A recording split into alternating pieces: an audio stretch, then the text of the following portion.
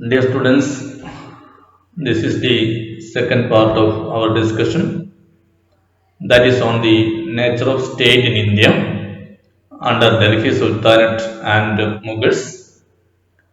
We already make a familiarization of the nature of state under the Mughals, and now we have a general evaluation of the political system and state in India under the Delhi Sultans. There are different opinion or divergent of opinion regarding the nature of state under the Delhi Sultanate, and our discussion is based on some of the literary sources or literary textbooks that was written during the medieval period itself, and also based on the interpretations that was made the present researches based on the medieval text. We have two important textbooks for referring the nature of state in medieval India. One is Aini Akbari, that was written by Abul Fasal Bino, and another one is that of Fatwai Jahandari, that was written by Ziauddin Barani. First one is concerned about the state system under the Mughals, especially that of the time of Akbar, and second one is concerned with the Delhi Sultanate. So we have to identify the Delhi Sultanate have their own religious system, their own economic system, and their own political system. Religion that was of Islam. Islamic principle, the principle of Quran, Shariat law, that was dominated or that was influenced all the decisions taken by the Delhi Sultans, and their economic system that was functioned on the basis of the Hanafi school of economy that have some connection with the Abbasid system of economy, and they all believed in the divine right theory of kingship. Divine right theory of kingship that was highly influenced the ideology of the centralization rulers, and later the present time some of the European states that also followed the theory of divine right theory in a different way. So the period of Delhi Sultanate that was marked by continuous warfare, formation of new administrative pattern and new ideologies. Barani make an argument better governance that is the very important aspect of a true and honest government. Better government is or better governance is an easiest way to make direct interaction with the gods and people. And he also stressed on the necessity of hierarchy in administration. He emphatically against the promotion of the low-born people. For example, you can see that during the time of Muhammadin Tughlaq, he appointed large number of officials in crucial positions, and these officials were selected on the basis of the merits without considering their caste or ethnic identity. So Barani was against the appointment of low-born people in the higher strata of administration. He made a comment that the noble born man in the king's court will bring him honor, But if he favors the low-born men, they will disgrace him in both the words. That is the argument of Barani. So the Barani's ideology or idea on the state system that have some influence on the Sultanate state system. Another argument of Barani is that dispensing of justice, execution of justice based on the Shariat law, that is the essential function of a state or a sovereign. He identified the four sources of law. One is based on Quran, and second based on the Hadith, that is the preachings of or traditions of prophets. Another is Jumma, that is the opinions of the ruling of the majority of Muslim theologians, and fourth one is that of Qiyas, speculative method of deduction. So these are the four sources of law that was identified by Ziauddin Barani. Another one is that of, very important one is that he identified is that of Sawabit. Sawabit, that is the state law that is developed by the ruler himself.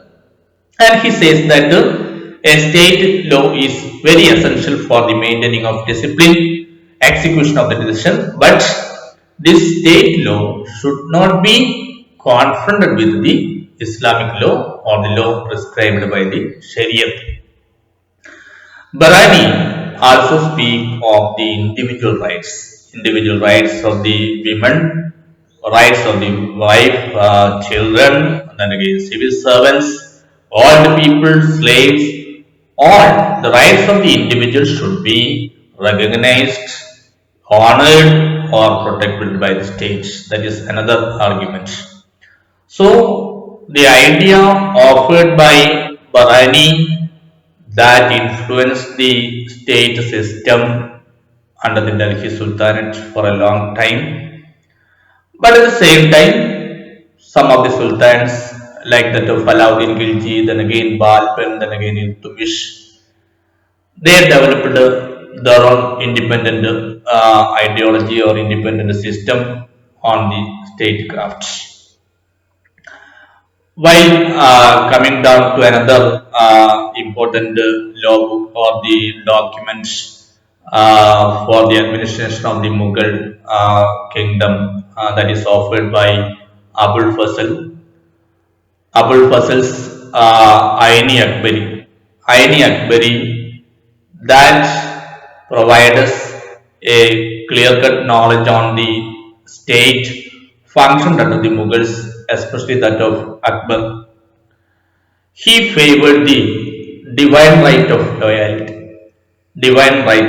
royalty that was favored by Abul Fasl. And earlier time, while considering to the ancient Indian political system, or in the case of Delhi Sultanate, we have to see that there is mediator or mediators between the people and government, and interpreter of the Shariat law. But Abul Fasl categorically argued that there is no interpreter between the emperor and people. There is no mediator between the emperor and people, and at the same time, there is no need of the interpreter of the law. Abul Fasl argued for a strong centralized monarchical form of government. He developed a four-tier system of the society. Upper strata that consisted of the rulers and military, high rank military. Second rank or second strata occupied by the learned men, theologians and others. And fourth strata that including artisans and merchants. And fourth strata that is of the laborers. first strata, that is the rulers and high military leaders. Second strata of learned men and theologians. Third strata of artisans and merchants. And fourth strata of laborers. So, based on these two important textbooks, one is written by Ziauddin Barani and another one that is of Abul Fazl. Present interpretations that are making. And first one is that while considering to the Weber's magnum opus, Society and Economy, Weber make a comment on the medieval Mughal state, that is model. He shared an idea on the patrimonial bureaucratic states. So the idea of patrimonial bureaucratic shared or expressed by Weber that have to be applicable to the Mughal states. We already discussed in detail about what actually means patrimonial bureaucratic state. Patrimonial bureaucratic state that have some similarity of the household system that was dominated by a patriarch, and he was assisted by large number of followers, and only relationship between patriarch and his assistants, that is the loyalty. So we can see that Timur, who developed this patrimonial household system, for example, he assigned some sort of house names or household names to his higher and lower officials. Higher officials were known as fifth son, and lower officials have given the title cook. So that is why there is an argument that Timur have 5 natural son and 4 fifth son. So in this way, patrimonial bureaucratic system that is based on the close blood relationship between the ruler and his followers. So in the case of the Mansabdari system, or in the case of the military system, Akbar and others followed the pattern of the patrimonial bureaucratic system. Jacob Russell, who make a study on Weber's thesis, and he make an argument that the Mughal system that was highly centralized one, based on the royal servants, based on the military, everything, that was a highly centralized system. So the main discussion on the nature of Mughal state, whether it was a centralized one or whether it was a decentralized one based on the Mansabdari, then again Jagirdari system or something. Scholars and historians like R.P. Ashraf, Ishwari Prasad, A. Srivastava make an argument that the medieval state system that was highly theocratic one, based on the Islamic principles and Shariatul. A counter argument was raised by Qureshi. He commented that it was the special concentration on the Sharia and Shariat law that make the scholars and historians to misinterpret the nature of the Delhi Sultanate and following the Mughal state. And he make an argument that ordained priesthood was extremely missing. Ordained priesthood was extremely missing in the case of the Delhi Sultanate. And Muhammad Habib, who also make a serious study on the nature of medieval state, make an argument that it was not theocratic in any sense of the term. It was not theocratic in any sense of the term. Lanepool, Habibullah, Muhammad Habib, K.A. Nassim, who make an argument in favor of a centralized state. Simon Digby, who wrote a book, War Horse and Elephant in the Delhi Sultanate. He make an argument that medieval state, especially the Delhi Sultanate and Mughal state, was survived in India because of the superior military strength and organized capabilities. So the argument of Romila Thapar, especially in his book Early India, that was also some relation with the centralized form of administration, the medieval time. She make an argument that the military tactics and military tactics of the centralization rulers, Turkish conquerors, along with the disunity among the local power blocks, that was the main factor for the defeat of Prithviraj Chauhan in the second batch of Tarain. That is an argument raised by Romila Thapar. And modern researchers make a counter argument to the center or the centralized form of government. They concerned about the disintegrated system, especially the Ikta system. Then again, the emergence of the powerful Mansabdas and challenge faced by some of the Delhi sultans and countrywide upheaval and revolt during the time of Aurangzeb. All that is a point to the decentralized form of state system in Delhi Sultan. That kind of argument we have about the Delhi Sultanate. And we are concerned about the Michel Foucault's argument on the panopticon, how the survival system and the presence of the physical edifices something that create the presence that made the presence of the state among the people.